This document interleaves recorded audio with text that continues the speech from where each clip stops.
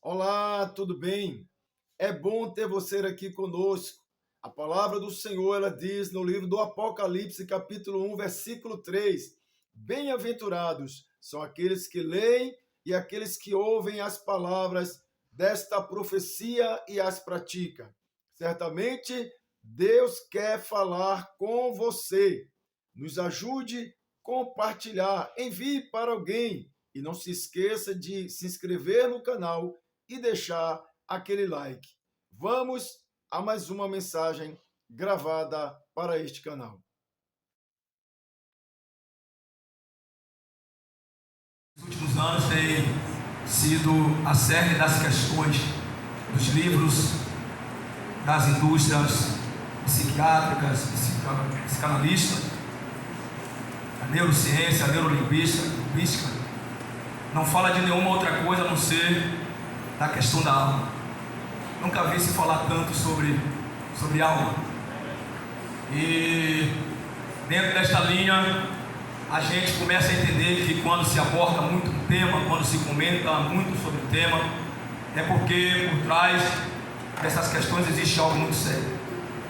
E a Bíblia sempre tratou a questão da alma como algo de uma relevância muito profunda, embora às vezes nós não demos tantos créditos, mas nós entendemos que a questão da alma decide vida, decide morte, decide qualidade de vida, decide comportamento, decide uma série de outras coisas.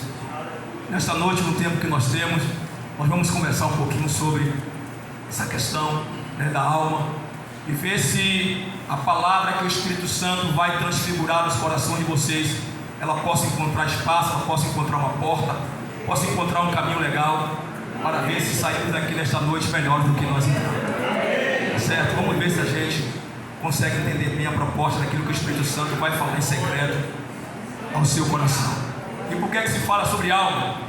A gente trata essa questão de alma porque me parece que há um descontentamento do ser humano consigo mesmo, há um descontentamento do ser humano com Deus, há um descontentamento do ser humano com os seus sonhos, com suas realizações, com aquilo que chega nas suas mãos, com aquilo que está dentro da sua casa, até com as nossas próprias escolhas.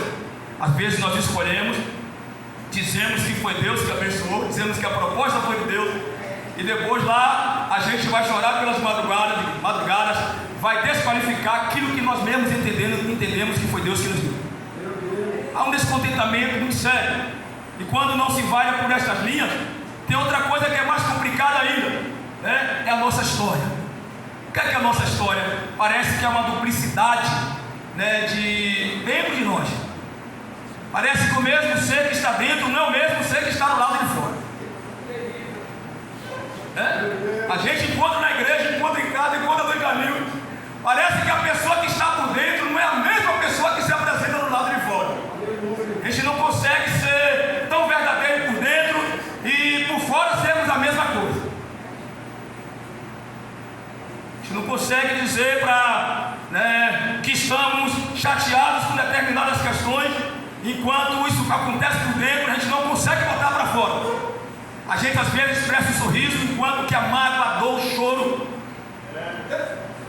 a vergonha bate no nosso coração, bate na nossa casa, e às vezes nós levantamos um estandarte dizendo: olha, está tudo bem, está tudo resolvido. E aí essa transparência de sinceridade daquilo que a palavra de Deus expressa e quer das nossas vidas, às vezes não consegue sair. Abra comigo, por favor, a palavra no livro de Romanos. Eu não sei se esse é o texto da campanha, não sei se é o texto da campanha, mas foi o texto que Deus colocou em nossos corações. Romanos capítulo 12. Eu quero ser bem didático nesta noite, tá certo? Vou ser bem didático. Deus colocou aqui algumas questões no meu coração para a gente comentar um pouquinho. Romanos capítulo 12, os 12 primeiros versículos. Nós conhecemos bastante esse texto. Eu quero que nós tenhamos atenção. Eu estou lendo na versão da minha Bíblia, King James, Parece que é a mesma do pastor Dias. Isso. É a mesma versão do pastor Dias. E na minha tradução está escrito assim: suplico-vos, pois irmãos, pelas misericórdias de Deus, que apresentei os vossos corpos em sacrifício vivo, santo e agradável a Deus, que é o vosso culto racional. E não sedes conformados, em algumas traduções diz assim: não vos conformeis com este mundo, mas transformai-vos, ou sede transformados pela renovação da vossa mente, para que experimenteis qual é a boa, agradável e perfeita vontade de Deus. Amém. Paulo trouxe esse texto, essa carta no ano 57, na igreja neotestamentária, no ano dos nossos dias. E Paulo escreveu essa carta lá de Corinto. Paulo estava na cidade de Corinto. Ele relata o texto. Quem escreve a carta de fato é um dos seguidores de Paulo, chamado Técio. E logo depois da escrita da carta, Paulo pede para que Febe, que era um bom servo na igreja de Corinto, lá na cidade de Secreia, uma cidade do subúrbio, né? Subúrbio, aqui nós conhecemos o subúrbio de Corinto. E ele estava de viagem apressada para a cidade de Roma. E Paulo pediu para que ele escrevesse essa carta. Paulo pediu para que ele levasse essa carta lá para a comunidade de Roma. E o que é que estava acontecendo em Roma? Roma estava para os seus dias como Dubai hoje é para os nossos dias. Uma cidade berço dos olhos de todas as nações, admirada pela sua escultura, pela sua arquitetura, pelo ouro, pela prata, pela sua inteligência, pela maneira como lidava com as situações de crescimento. E Paulo precisava proteger a igreja em dois nortes. Primeiro, para que as pessoas não se envolvessem com as coisas do mundo e tomassem bastante atenção, ou então para aqueles que estivessem envolvidos com algo que não fosse da vontade de Deus, abandonasse de imediato. E a carta de Romanos é toda uma carta catequética, né? É uma carta evangelística, é uma carta de ensinamento, de advertência. E quando chega no capítulo 12, nos versos que nós lemos, Paulo nos chama atenção para algo transformador e que deve atingir as nossas vidas de impacto poderoso. Paulo fala e diz: olha, leva lá. E chama atenção lá na igreja, que eles não devem estar inconformados, mas devem estar se transformando em todo o tempo. E aí Paulo traz essa palavra, mas ela tem alguns significados que é muito tremendo. Por exemplo, todas as vezes que nós encontramos algumas palavras que o verbo indica o imperativo, como aqui nós acabamos de ler, transformar. E nós sabemos que transformar não é um pedido. Transformar não é um pedido, é o quê? É uma ordem. Aqui é um imperativo. Então não é um pedido de Deus para que você se transforme. É o quê? É uma ordem. Transformação é uma ordem de Deus. Deus não está falando através do apóstolo para dizer que a gente deve estar conformado, aquietado nos nossos lugares, mas ele está dizendo que as nossas vidas precisam ser atos de transformações. Não só está dizendo que é um imperativo, está dizendo também que é um presente contínuo. E o que é um presente contínuo? Paulo está dizendo que transformação não é só o ato de não se conformar com as coisas que não agradam ao Senhor, mas que também a transformação ela tem que ser diária, continuamente. É hoje, amanhã e sempre estarmos num processo, num projeto de transformação daquilo que Deus tem para as nossas vidas.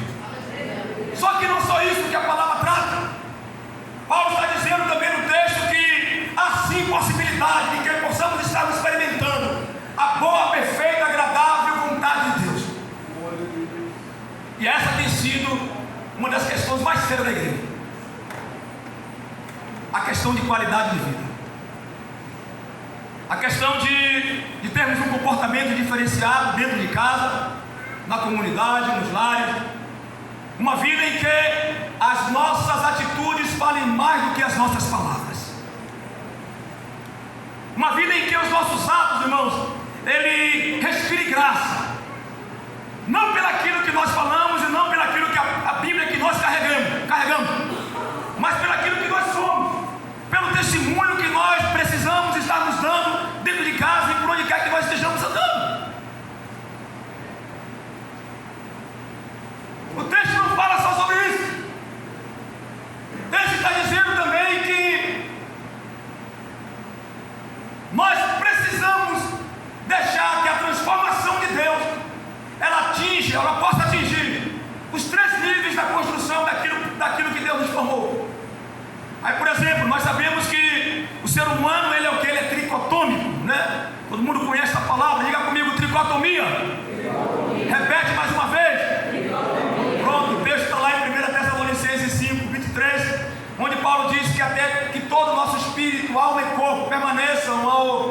esteja completamente repreensível diante do Senhor até a vinda de Jesus.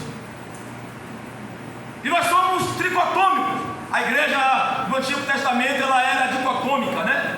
Ela acreditava que o espírito e a alma era uma só coisa, que o corpo era outra, né? Mas quando nós passamos a página do Velho para o Novo Testamento, Paulo deu uma facilitada. Paulo disse: olha, eu entendi aqui, por meio de graça e revelação do Espírito Santo, que o homem é espírito, alma e corpo.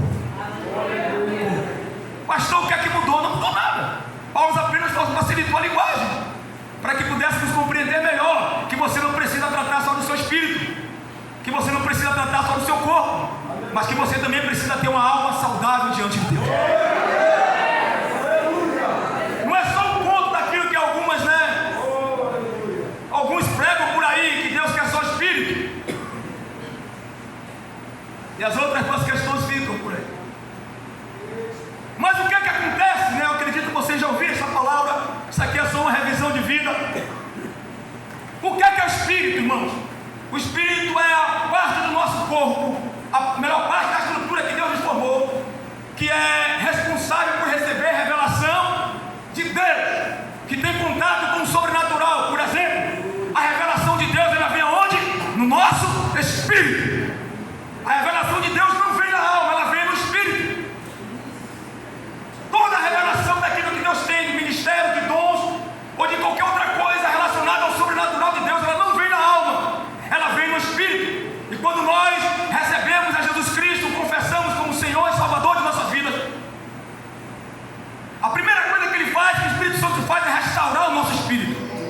Quebra a incredulidade, quebra a murmuração, quebra os conceitos danosos das infecções ou das coisas que foram associadas às nossas vidas pelo mundo. E aí nós entendemos que Jesus é Jesus. Só que aí tem uma outra parte. O Espírito Santo também, ele trabalha também no corpo. Precisa trabalhar no corpo. Só que a transformação no corpo não é uma transformação de imediato. É uma transformação que precisa ter cuidado. Trata da sua vida, cuida do seu corpo, né? Por exemplo, como é que o Espírito Santo trata do corpo? Dentro dessa linha que estamos comentando aqui nesta noite, que você precisa ter um corpo sadio. Cuidado que o seu corpo tem limites. Você tem limite, né? Com 50 anos não se faz tanto aquilo que se fazia com 20, né? Já não corre tanto como corria, né, quando você tinha 15 anos. Cuidado, você precisa tomar cuidado. Faça a sua parte e deixa que Deus decida o restante. Faça a sua parte, cuidado com sua alimentação.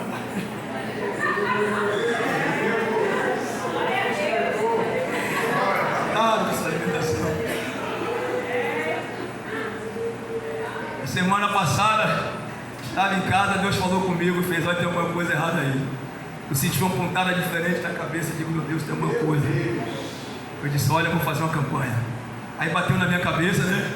Eu disse: eu vou tirar o açúcar. Imagina. Aí tirei o açúcar, tirei o pão, tirei o queijo, tirei o presunto. Aí ontem fez 8 dias a campanha. Eu gostei. Disse: eu estou me sentindo melhor. Ou ficou mais leve. Vou fazer mais 7 dias. Aí vou encerrar na próxima semana. Se eu gostar, eu continuo. Se Deus me der graça para continuar, eu vou continuando. Vou levando. Mas vem pra cá, vem pra cá. Só que aí, irmão, tem a questão da alma. Tem a questão da alma. A alma é a fonte e a sede das emoções, dos sentimentos, vontade, desejo. É a fonte e a sede do querer. A palavra fala sobre mente e alma. Segundo Paulo, é a mesma coisa. Mente e alma é a mesma coisa.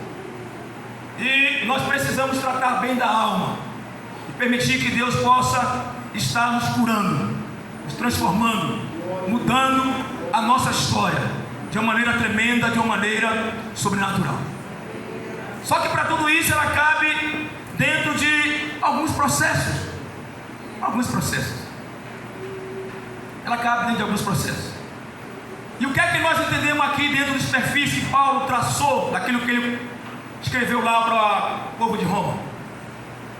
Que a primeira questão que nós precisamos ter cuidado com a nossa vida, para que tenhamos uma alma saudável, curada, ajustada segundo aquilo que Deus tem, é não se conformar. Diga comigo assim: não conformidade gera transformação. Vocês podem repetir? Não tem como ter mudança de espaço físico, de espaço emocional, de questões financeiras ou de qualquer situação que esteja rodeando ou norteando as nossas vidas, se você se conformar. Só há transformação se houver não conformação. Ou melhor, só se transforma quem não se conforma. Por exemplo, a questão do pecado. Por que o pecado não sai da vida de muitas pessoas? Eu espero que você não esteja rolado em pecado. Espero que não esteja. Mas é porque se você se conformar um dia que você entender que isso não cabe na sua vida, e você clamar e chegar diante do Senhor e dizer: Senhor, não me conformo, eu não aceito o estado que eu vivo diante de Ti. A Bíblia diz que o processo de transformação começa. Chega na sua casa, olha lá para a parede e diz assim: meu Deus, a parede está feia, eu preciso pintar. Você olha uma vez, olha duas, três vezes, você começa a não se conformar com aquela pintura, mesmo que você não tenha condições financeiras para fazer aquela mudança, aquela renovação na sua casa. Você começa a sonhar e daqui a pouco as possibilidades começam a acontecer.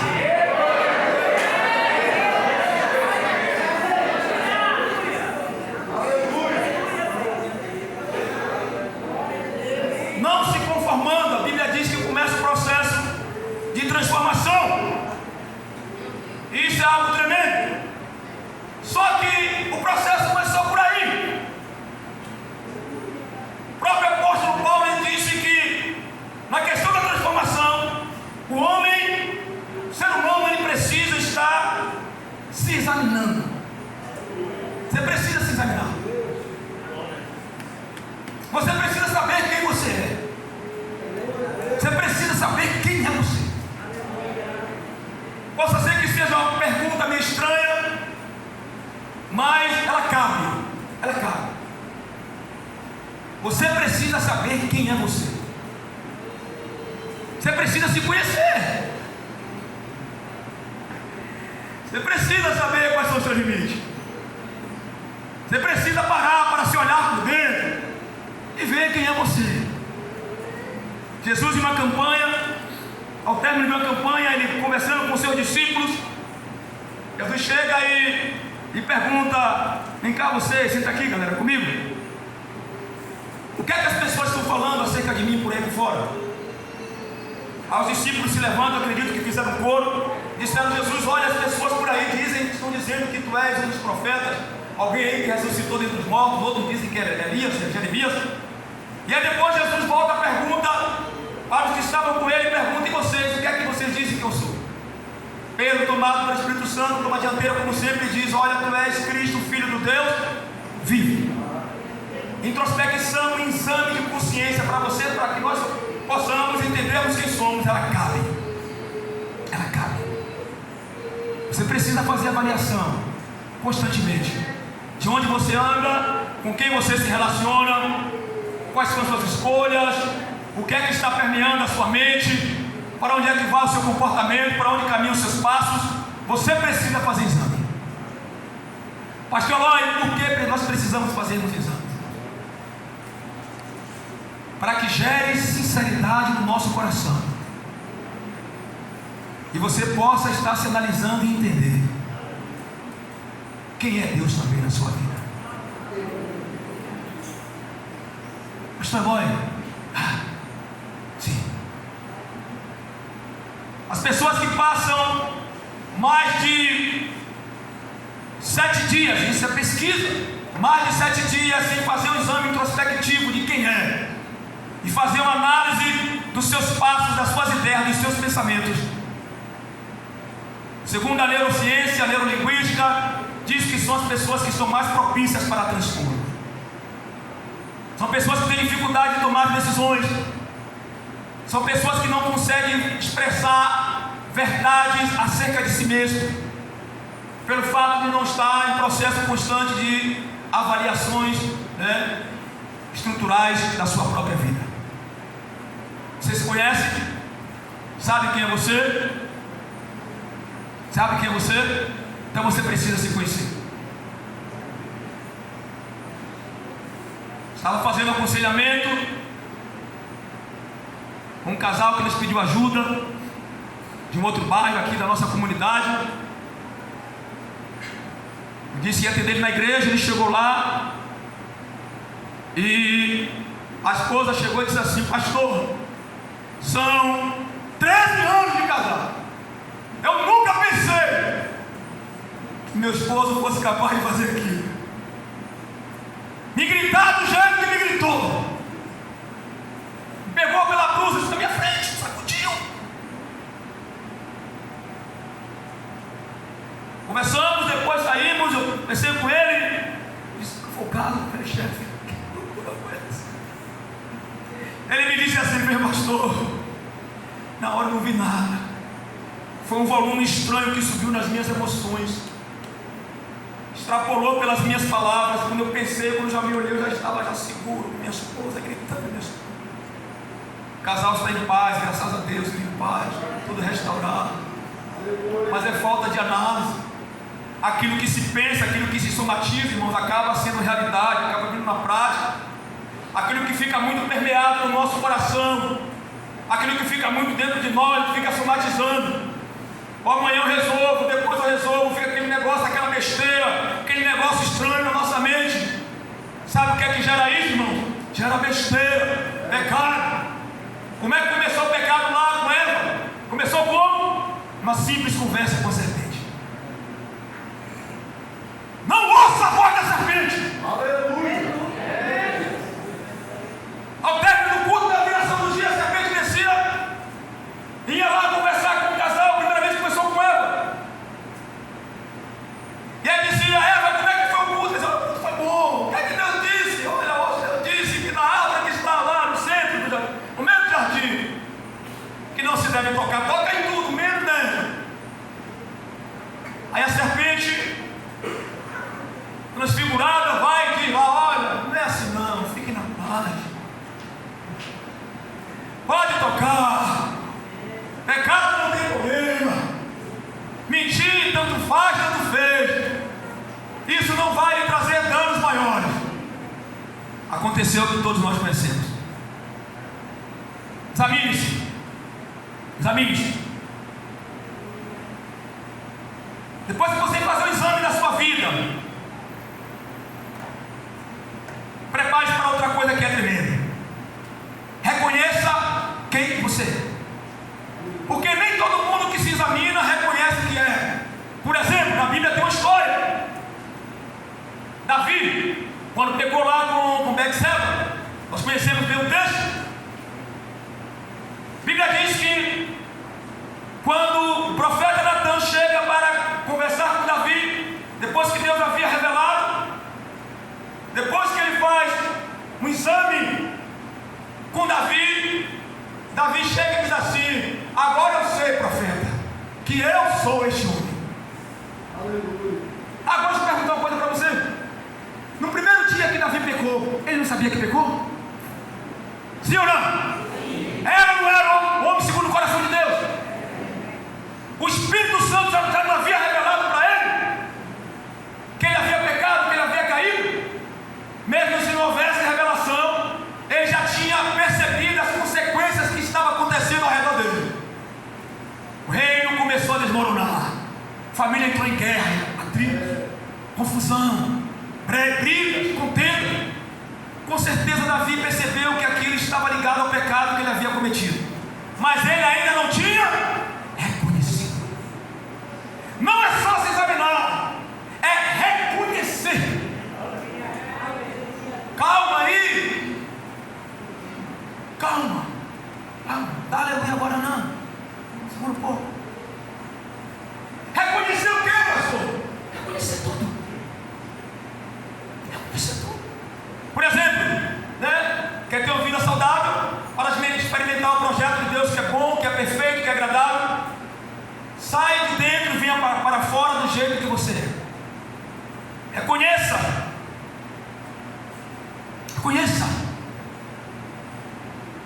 Por exemplo, quem tem problema com mentira, você precisa reconhecer que você é mentiroso. Quem tem problema pelas madrugadas, com agonia no coração e quando levanta, vai para a frente lá das estruturas de televisão e meios de comunicações, para tentar saciar o seu desejo, desafogar a agonia do dia a dia. Nos programas sexuais, você precisa reconhecer que você tem problema de caráter.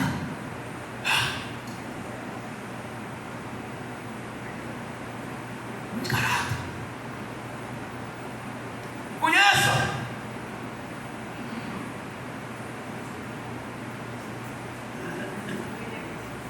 Conheça.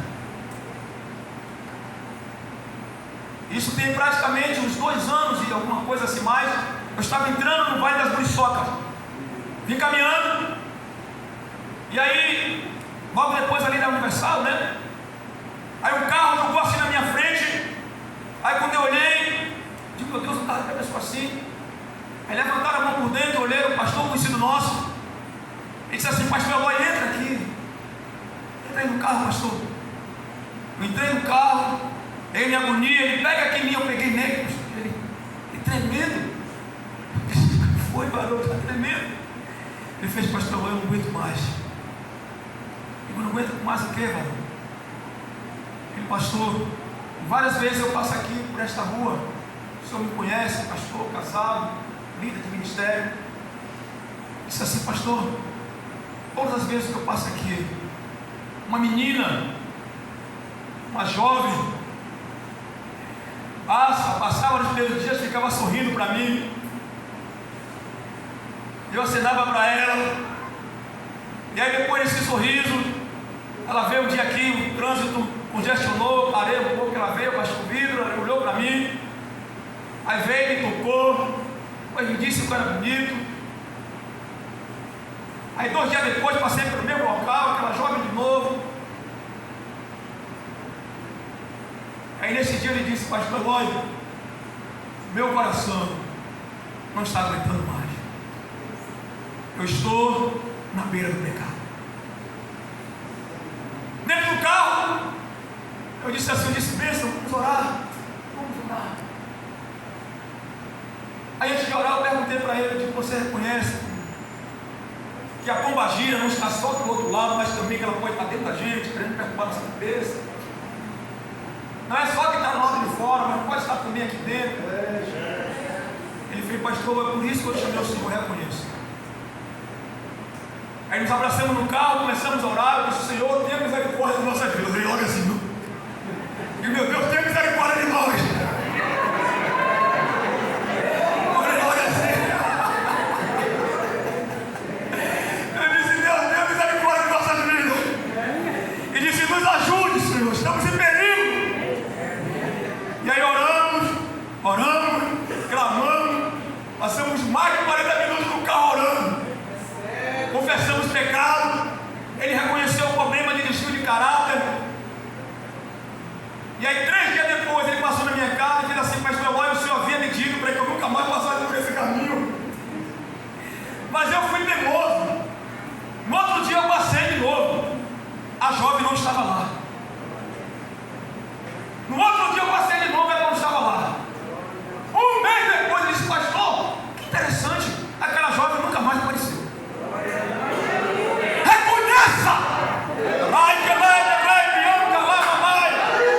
Remamama, chora, canta, lá, mamãe. Conheça! Não tem como ter cura na alma para experimentar um projeto de qualidade daquilo que Deus tem se nós não reconhecemos que somos. Não é só exame, é reconhecimento.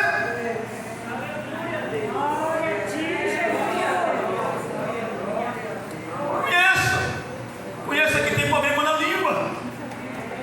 Conheça que tem desvio de caráter, desvio dos olhos. Reconheça que tem problemas com aquilo que chega nas suas mãos. Conheça, Senhor, o teu problema com o dinheiro.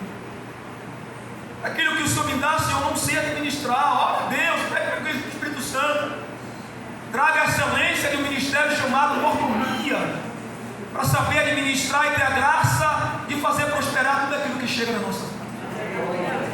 Agora tem que reconhecer. Tem que reconhecer. Aleluia. Conheça. Conheça. Pois que nós já conhecemos, temos alguma dessas dificuldades, nós precisamos trazer para a luz. Preciso trazer para a luz. Diga comigo, trazer para a luz. Trazer.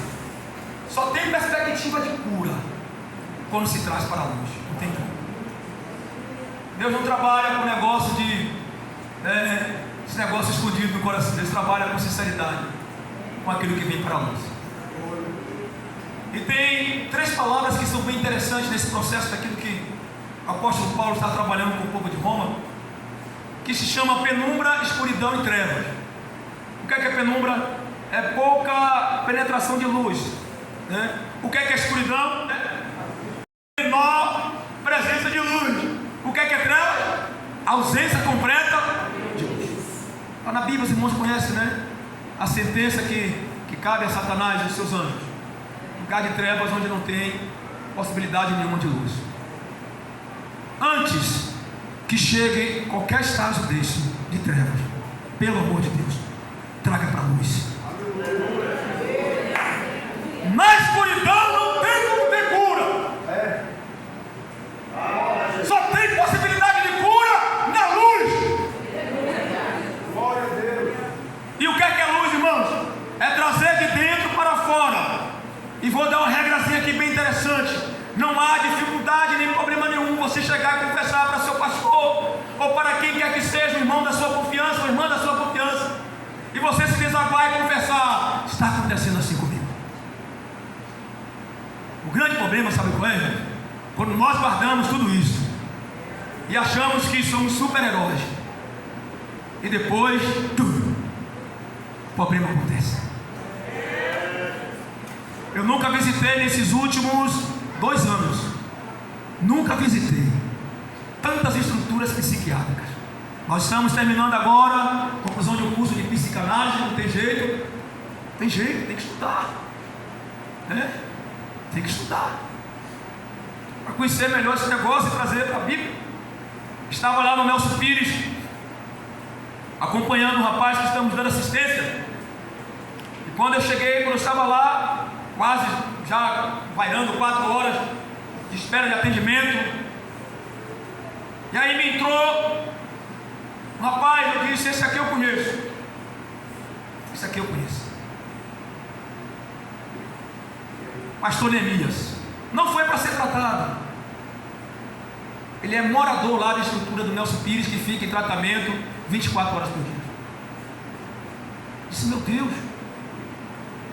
Eu estava sentado assim na entrada, quando de repente estou vendo a guarnição entrando, o pessoal lá fazendo, né, proteção e segurança lá.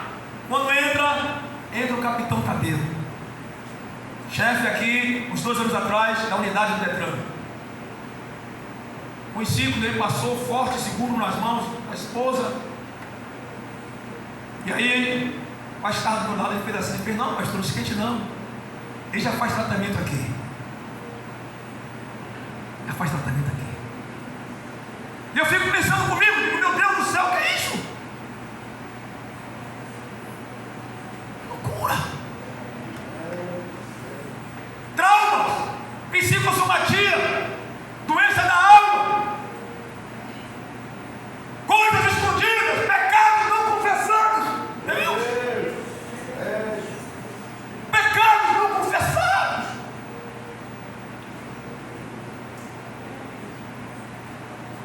Falta de aconselhamento.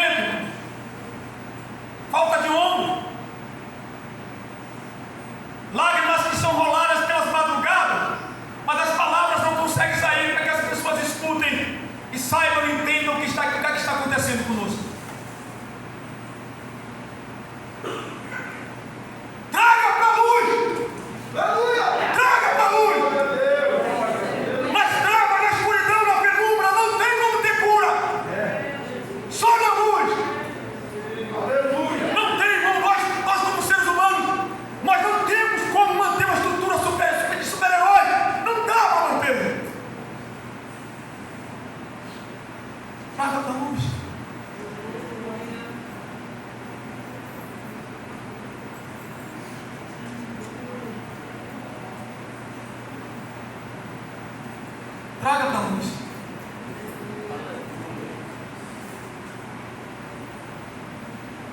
Deixa nada escondido. Se quisermos experimentarmos um mover sobrenatural daquilo que Deus tem e quer para nós, não pode ficar na escuridão. Deixa eu fazer aqui uma pergunta aqui. Nós temos quantos casados aqui nesta noite aqui? Vamos lá. Somos muitos. Seu esposo te conhece? Sua esposa te conhece? Há um compartilhamento de verdade de tudo aquilo que se faz e se passa e que se realiza em todos os âmbitos?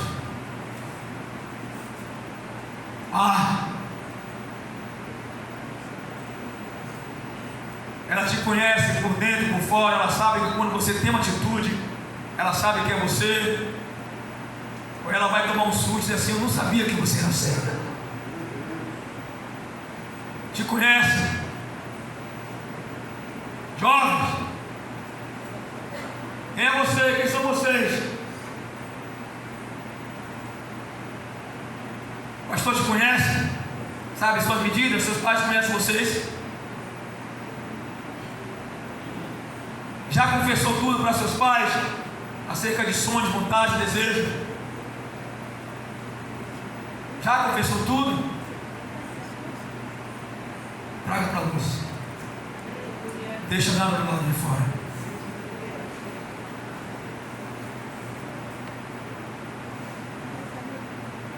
Pastor Eloy, a ausência desses processos, caso a gente tenhamos dificuldade de entender algumas dessas coisas, as consequências são sérias, muito sérias. Nunca vi, a gente acabou conhecendo aí esses termos e tudo, e tanta como conhece o povo: transtorno bipolar, 1º, 2º, 3º grau, crise de depressão, né?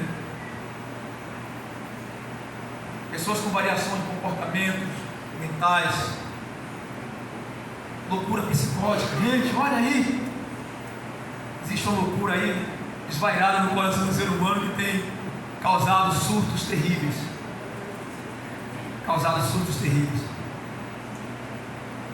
E as nossas válvulas de escape, irmãos, são praticamente todas, a maioria superficiais. Não se acredita aqui das estruturas medicinais, graças a Deus. Acredito muito, os irmãos também acreditam, conhecem a nossa linha de administração. Mas tem alguma coisa que está fora do eixo. Tem alguma coisa que está fora do eixo. Tem alguma coisa que está fora do controle. Tem alguma coisa que está fora do controle. Tem alguma coisa. Por exemplo, irmãos, espero também que aqui não esteja gente que está com crises, que não consegue dormir pelas madrugadas, está tomando tranquilizantes para ansiedade, para tudo. Calma aí. Uma coisa é estrutura patológica, uma deformação de uma estrutura orgânica, que por questão de desgaste ou qualquer outra coisa, você aí está sofrendo. Uma outra coisa é uma crise emocional. Calma aí. Crise emocional você não vai tratar com ele. Calma aí. Até se entende, se indica e tudo, mas toma cuidado. Tem que tomar cuidado. Mas então vai por quê? Por quê? Salmo 32, Davi disse assim: enquanto eu calei os meus pecados, meus ossos secaram-se, envelhecidos. A mulher que estava encurvada há 18 anos, Jesus, quando chegou naquele culto, disse assim: olha, os teus pecados foram. A curvatura que estava sobre a vida da mulher saiu. Uma coisa é tomar remédio, que eu acredito que deve estar acontecendo em algum momento. Uma outra coisa são crises emocionais desvairadas, que precisa ser tratada à luz da palavra. Que precisa ser tratada à luz da palavra.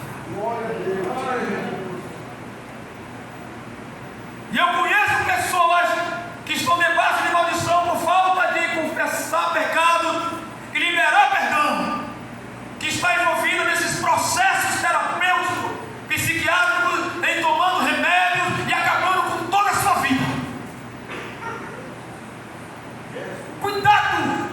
Por isso que você deve examinar-se. Por isso que você deve examinar-se. Uma outra coisa aqui dentro desta linha. Cuidado. Tem coisas que são ações da serpente. São coisas que são as batalhas espirituais. Por que o exame introspectivo traz essa realidade? Porque a igreja precisa aprender a fazer ato de batalha espiritual. Meu Deus, graças a Deus eu nunca tive problema com pecado. Isso aqui é um exemplo, né? Nunca me envolvi, né, com prostituição, com adultério, nunca me envolvi com mentira, nunca me envolvi com roubo. No meu coração está subindo o desejo de me intrometer, se intrometer com essas coisas. É ação de Satanás. Você precisa ter noção disso. E orar, exorcizar-se, né? Botar a mão na sua cabeça mesmo e expulsar. Sai agora, prostituição, em nome de Jesus. Eu não estou brincando, estou falando coisa séria.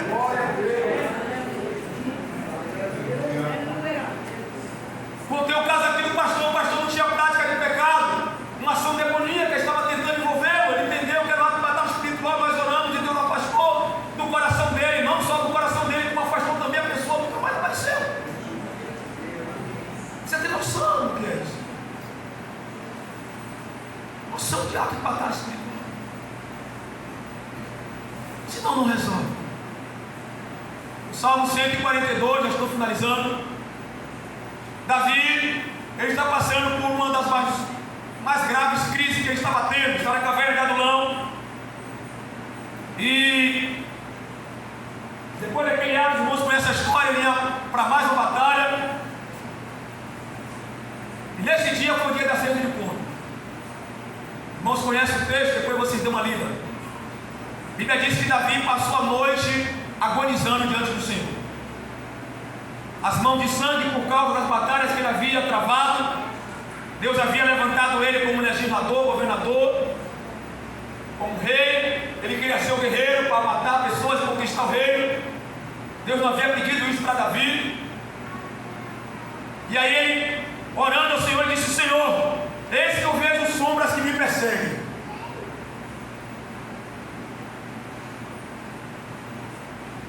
Vejo sombras que me perseguem.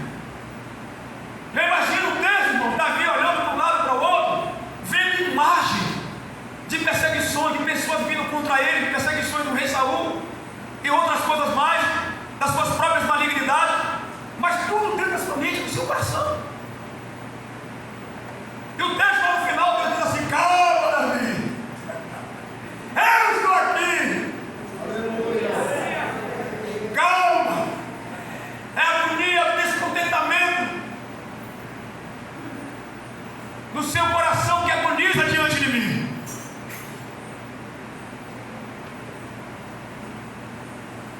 Eu quero te convidar nesta noite, no nome de Jesus, também não orar.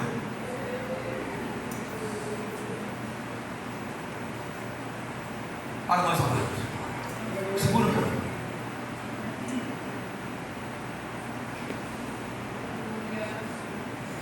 E eu não costumo fazer, né? Costumo fazer apelos, convites assim. Eu acho que a igreja precisa, nós precisamos, como essa igreja que faz, tratar essas questões do jeito que se trata, com muita seriedade. Muita seriedade.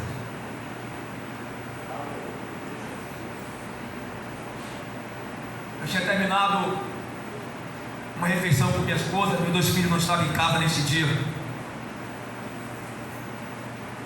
A porta bateu, eu abri, entrou uma jovem senhora em minha casa,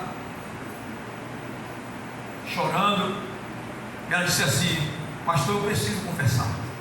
Eu já havia ministrado a palavra para ela em algumas oportunidades. Ela disse que não acreditava em Jesus, que não queria conta, ou melhor, ela acreditava do jeito que a religião dela ensinava, ela é espírita.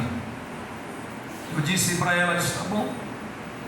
Nesse dia ela entendeu que precisava compartilhar alguma coisa e achou, na nossa vida, a oportunidade de compartilhar. Ela chegou em casa e disse: eu preciso compartilhar. Começou a repetir que queria compartilhar. Eu disse: compartilha. Eu quero compartilhar o que eu falo. E aí ela disse assim: pastor Lógico, Tem 20 anos que eu venho escondendo algo terrível no meu coração. Eu fui classificado agora para um trabalho em um dos grandes hotéis aqui da cidade de Salvador. Fiz toda a experiência durante 3 meses e hoje eu fui levar minha carteira para assinar. E quando cheguei lá, eu fui demitida antes de começar o trabalho. Uma carteira de trabalho na mão, chorando. Eu disse assim, o que foi acontecendo? Ela disse, eu acho, pastor, que tudo isso, os males que têm vindo sobre mim, inclusive as enfermidades, dores, travas e trancas que eu tenho nas minhas panturrilhas e todo o meu corpo, é devido a isso. Eu compartilho. Falei, pastor, faz 20 anos que eu venho escondendo do meu marido que a filha que eu tenho não é dele. Segurei na mão da pastora Cátia, minha esposa, apertei. Disse, meu Deus. Ela compartilhou. E aí levou mais uns 2 minutos chorando. Aí, pum, aí caiu uma sala de casa no chão. Puf. Disse, meu Deus. Disse, agora. A pastora foi, olhou. Vimos batimento de paz. Depois dos 25 minutos para meia hora, ela levantou chorando.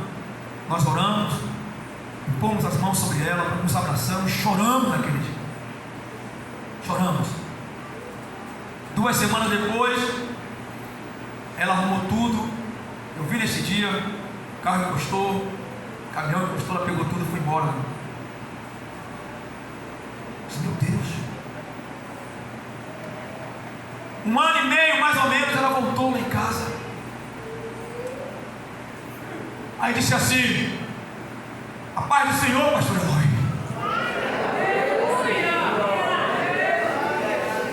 Disse, paz. Disse, pai. A fé em Jesus me alcançou. Mudou minha casa, mudou minha família, está tudo resolvido. Hoje eu sou obreiro na casa da bênção e vivo em paz. A Bíblia diz que aquele que confessa e deixa alcança a misericórdia.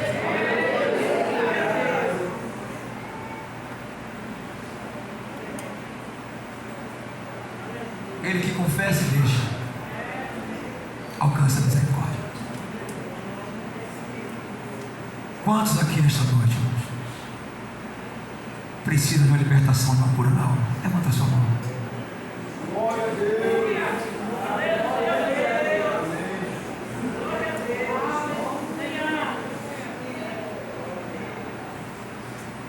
Quantos aqui nesta noite tem medo de morrer? Medo da morte? Mas todo mundo tem, né? Porque se não tivesse, quando a dor surgisse, né, ninguém ia para o hospital, ficava em casa, vou morrer mesmo, encontrar com Jesus.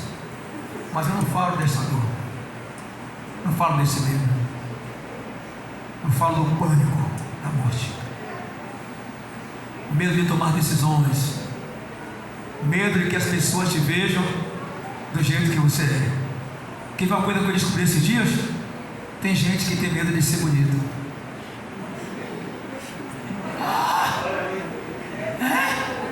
É com você que eu estou falando. Tem gente, pastor Dias, que tem vergonha de se arrumar do jeito que Deus quer que se arrume. Tem gente aqui, irmãos, falando com gente aqui nesta noite, tem vergonha de colocar a melhor roupa, o melhor perfume quando Deus abençoa, porque se acha estranho. Isso é um problema da alma. Você tem vergonha de ser você, daquilo que Deus quer que você seja. Que problema tem você comprar a melhor roupa, melhor, e se vestir para Deus? E andar elegante, né? Com o seu melhor tênis, com o seu sapato alto. Vergonha tem, qual o problema que tem? A menos que tenha alguma coisa que esteja infringindo a alma. Vamos ficar de pé no nome de Jesus, vamos lá. Graças a Deus, chegamos ao final de mais uma mensagem. Que bênção, né? Eu espero que você tenha sido edificado, que Deus tenha falado com você. Até o próximo vídeo. Não esqueça de deixar aquele like e nos ajudar a propagar o Evangelho do nosso Senhor Jesus Cristo. Até o próximo vídeo. Um abraço.